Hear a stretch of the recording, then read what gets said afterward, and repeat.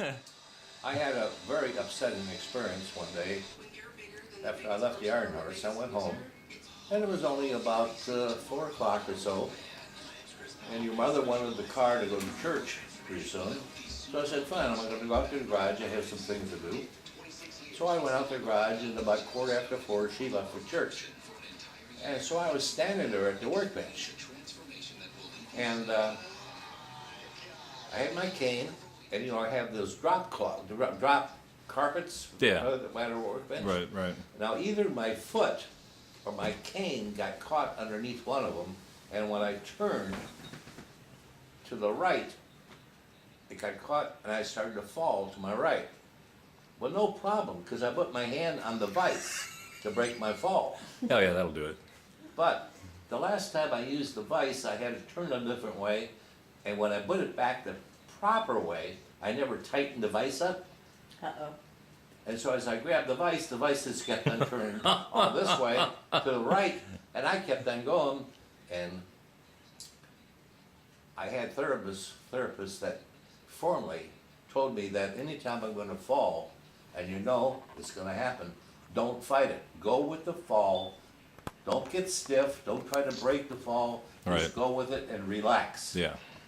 Just melt with it. So that's what I did. I didn't break anything, but I fell on the floor in front of the workbench. The only problem was, after a couple of minutes, I realized I was laying with my feet towards the workbench and my head pointing towards the opening with the garage door open. And after a while, I figured out I'm not strong enough for my upper body to pick myself up because there's nothing to grab onto. And I thought, if she doesn't see me and she pulls in the garage, she's going to run over my head. I thought, well, that's not going to work.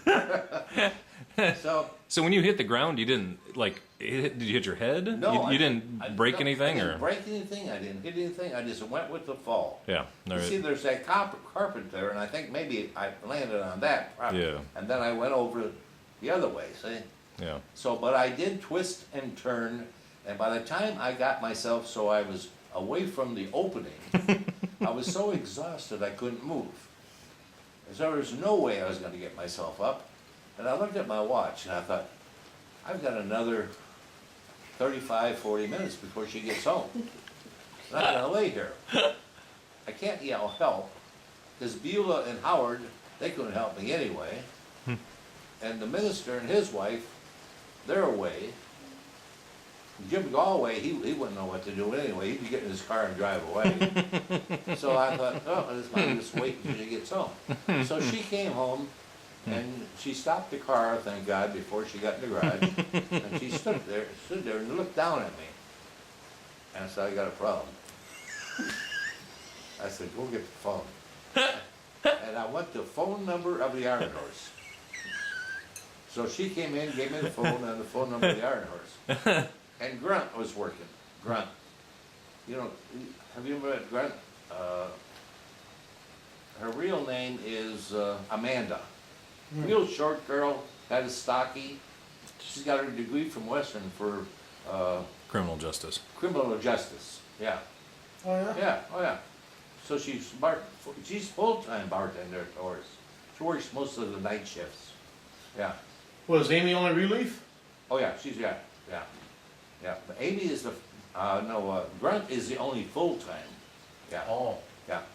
So anyhow, she gives me, so I call up the Iron Horse, and Grunt answers the phone. I said, Amanda, I'm laying on my garage floor. I cannot get up. I need 2 guys at least that are strong to pick me up off my garage floor. She says, okay, Digger. My nickname is Digger. I'll get 2. So she sends down Guy, who is about 6'7", 6'8", kind of big, and the fire chief. He lives in Elroy, and he's really big himself. So these 2 guys come down from the Iron Horse to pick me up. So they walk in the garage, and they stand there looking down at me, grinning. So they reach down, they pick me up like I'm a little loaf of bread or a banana, and they pick me up, set me in the chair. So it takes me a while to get my breath back. And they said, should we leave or should we get you in the house? I said, get me in the house. Because I know if they left, Mary could never get me in the house. There's no way. So they did. They picked me up and they got me in the house and they sat me down at the dining room table. And I said, guys, when you go back, have a drink on me, please. No, don't forget it. I said, bullshit. Have a drink. No. They walked out. So I got on the phone right away and said, Amanda, when they come back, put it on my tab, give them a drink, so how many drinks you want, I don't care. Amanda says, I said, Amanda, have a drink yourself. So the next day, when I went at the horse, I had to pay my tab on that. But it was worthwhile. Yep. But my wife didn't say anything to me to yell at me or anything until the following morning. And she said, you know, you have fallen now 5 times since you had that cane. But you always blame it on the cane.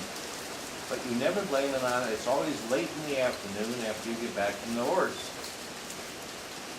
She said, you know, you're so full of bullshit, it's coming out of your ears.